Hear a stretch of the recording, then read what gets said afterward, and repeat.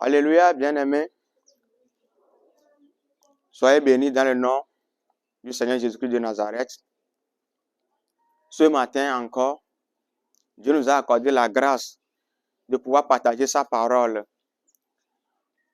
Il n'y a rien que nous pouvions faire sur cette terre sans la parole de Dieu. Alors que le Seigneur Jésus bénisse votre entendement. Au nom puissant de Jésus, je vous salue, vous qui nous suivez de partout le monde, au Togo, et au Bénin, en Afrique, en Europe, aux États-Unis. Nous vous saluons dans le beau et précieux nom du Seigneur Jésus-Christ de Nazareth. Alors ce matin, nous allons parler sur un thème vraiment très important pour toi et moi. Je suis concerné. Toi aussi qui m'écoutes, tu es concerné par ce thème. Alléluia. Alors que le Seigneur Jésus bénisse votre entendement. Vous allez faire un avec moi. Nous allons prier. Grand Dieu, grand roi, nous te disons merci parce que tu es l'Éternel des armées. Tu es à l'œuvre et tu agiras dans nos vies, Seigneur. Tu ne veux pas que nous périssions. Tu ne veux pas qu'à la fin de notre vie, nous allions en enfer. C'est pourquoi tu as donné ton Fils unique afin que nous puissions avoir la vie éternelle à travers lui. C'est pourquoi ce matin, Seigneur, nous sommes encore venus pour nous exhorter les uns les autres, pour nous fortifier les uns les autres, pour nous affermir. Alors, Seigneur, un aveugle ne peut pas conduire des aveugles. Ce matin, Éternel des armées, ouvre mes yeux afin que je puisse ouvrir les yeux des uns des autres. Ouvre mon entendement afin que je puisse ouvrir l'entendement des uns et des autres pour la gloire de ton nom. Que tous les plans de l'ennemi soient voués à l'échec. Il est écrit dans ta parole, en ton nom, tous genoux fléchissent. Parce que ton nom est attaché à nous. Parce que ton nom est invoqué sur tes enfants. Je déclare ce matin que tous genoux fléchissent maintenant au nom puissant de Jésus. Tout vent contraire, soyez dispersés maintenant par la puissance du sang de Jésus. Père, merci parce que tu l'as fait. Au nom puissant de Jésus, nous avons prié. Amen. Alors, bien aimés, nous allons parler sur un thème très important. Amen.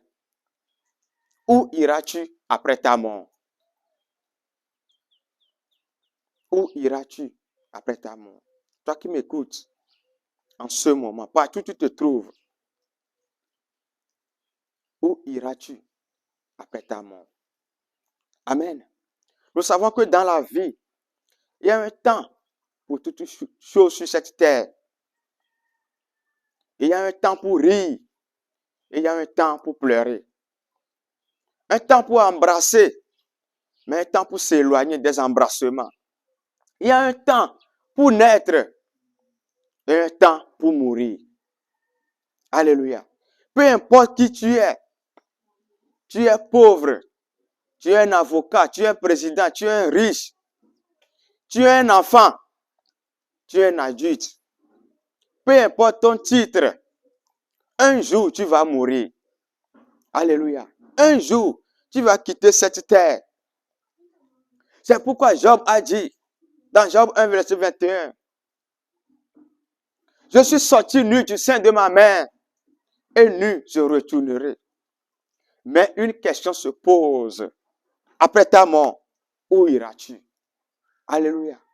Où iras-tu après ta mort? Amen. C'est par rapport à ça que nous allons parler ce matin. Il y a plusieurs qui donnent des arguments. Beaucoup disent, la vie c'est ici, après la vie c'est la mort. D'autres disent, quand je vais mourir, je vais retourner chez mes ancêtres. D'autres disent, un jour je vais mourir, je vais partir sur cette terre. Mais je vais venir, je vais me réincarner. Si je suis né par exemple au Togo, je grandis, je vieillis, je meurs, je vais me réincarner en France. Je vais aller me réincarner au Gabon. C'est ça l'argument de certaines personnes. Mais laisse-moi te dire ce matin, bien-aimé, qu'il est réservé à l'homme de mourir une seule fois. Après quoi vient le jugement.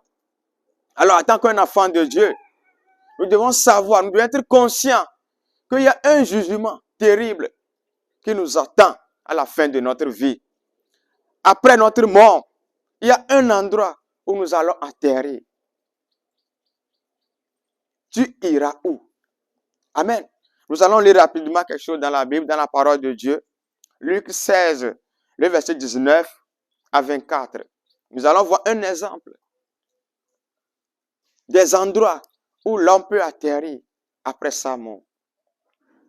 Luc 16, le verset 19 à 24.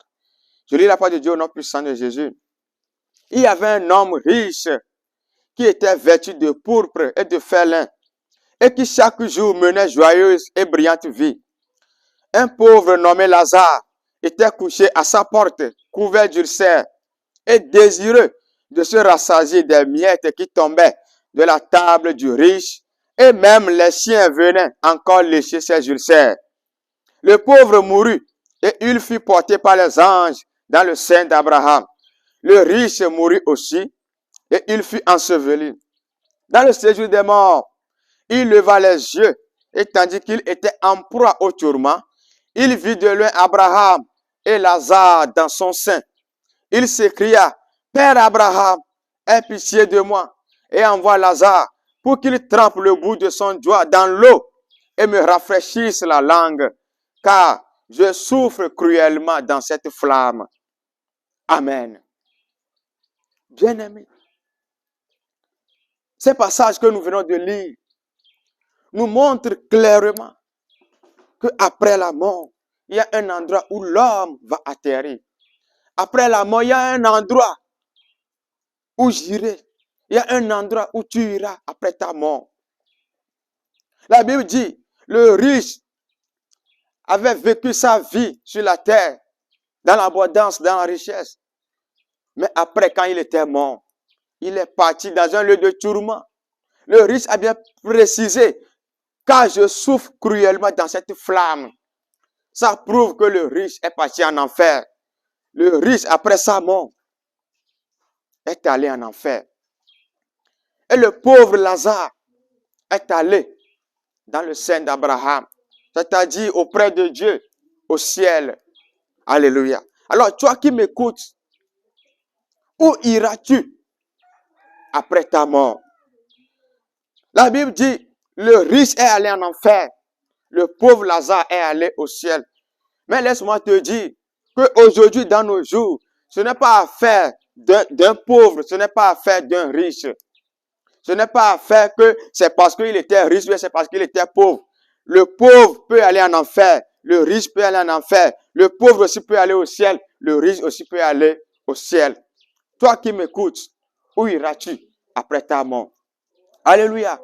Donc c'est très important pour nous en tant qu'un enfant de Dieu. Tu dois savoir que sur cette terre, tu es un voyageur. Tu es un pèlerin sur cette terre.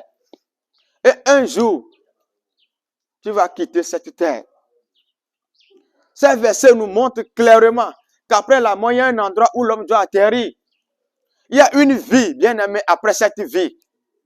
Il y a une vie après cette vie.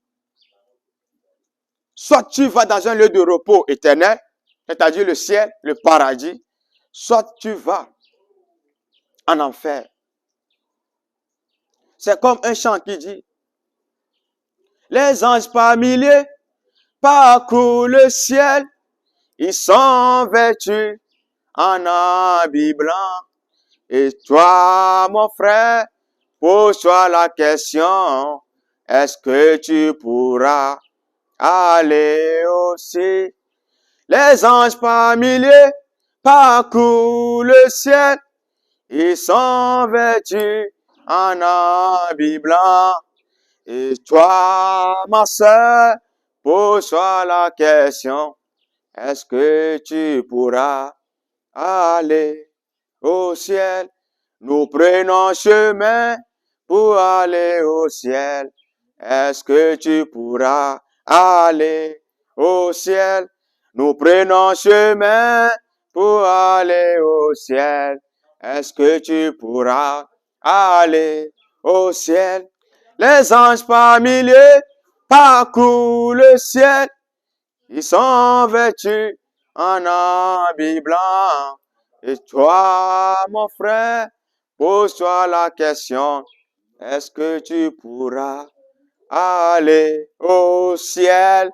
Et toi, ma sœur, pose-toi la question, est-ce que tu pourras aller au ciel? Est-ce que tu peux aller au ciel après ta mort? Bien-aimé, l'enfer, c'est un endroit horrible où il y a des gémissements, des grincements de dents, des pleurs, du regret. L'enfer n'est pas créé pour nous, les enfants de Dieu. Alléluia.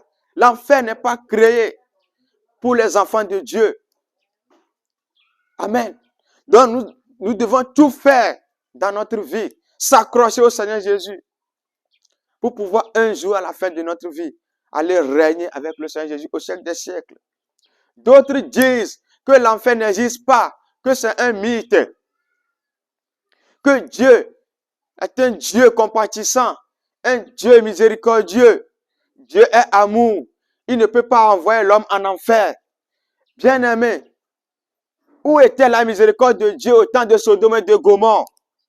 Quand il détruisit la vie, les hommes et les animaux, par la pluie de feu et de soufre, au temps de Sodome et de Gomorrhe, où étaient les compassions de Dieu?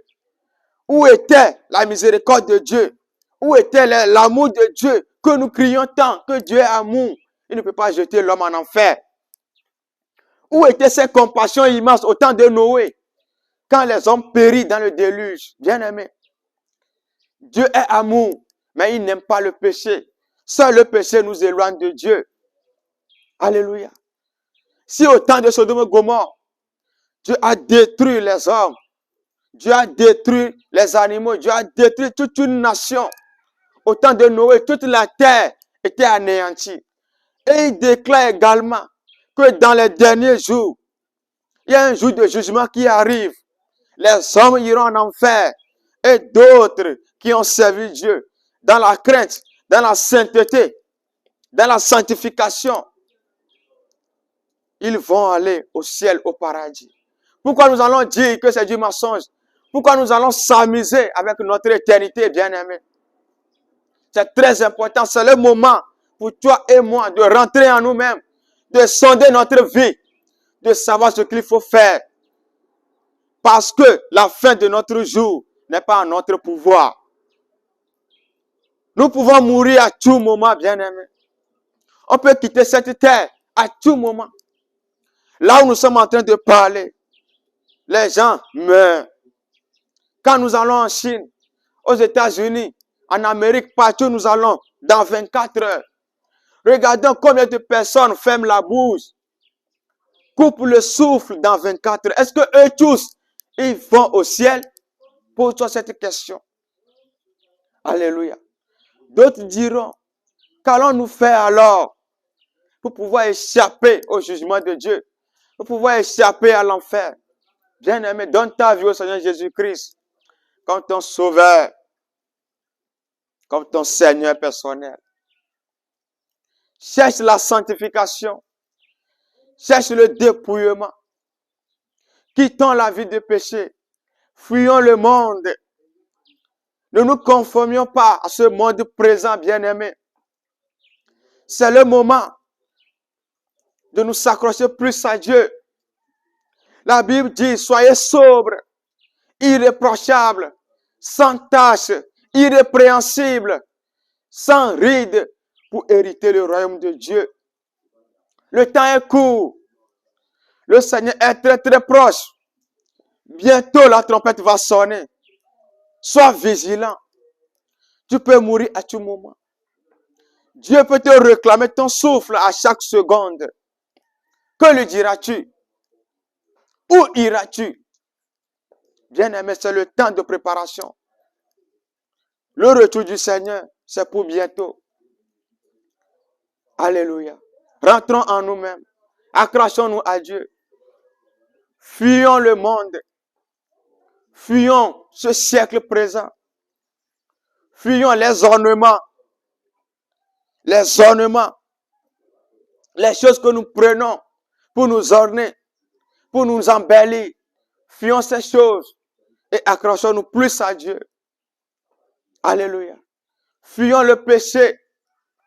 Fuyons l'avortement. Les choses vaines, les choses semblables. Accrochons-nous plus à Dieu. Jésus est déjà à la porte. Jésus t'appelle. Bientôt, tu iras en jugement. Qu'est-ce que tu vas lui dire? Alléluia. Alors que Dieu nous fortifie, que Dieu nous soutienne, que Dieu nous éclaire, que Dieu nous aide à tout faire pour se préparer, pour s'apprêter pour ce jour, parce qu'il viendra comme un voleur. Tu ne connais pas le jour de ta mort. Tu ne connais pas le jour où le Seigneur va te visiter. C'est le moment pour toi, bien-aimé, de te préparer. C'est le moment de tout faire pour te repentir. C'est le moment de tout faire pour abandonner la vie de péché et s'accrocher à Dieu. La Bible dit, la sanctification sans laquelle nul ne verra le Seigneur. C'est le moment de chercher la sanctification plus que toute chose. Que le Seigneur nous bénisse. Que le Seigneur nous aide à être agréable à Dieu. Que le Seigneur nous aide à le ressembler. Alléluia. Que la grâce du Seigneur Jésus-Christ soit avec nous tous. Amen. Shalom, shalom, shalom.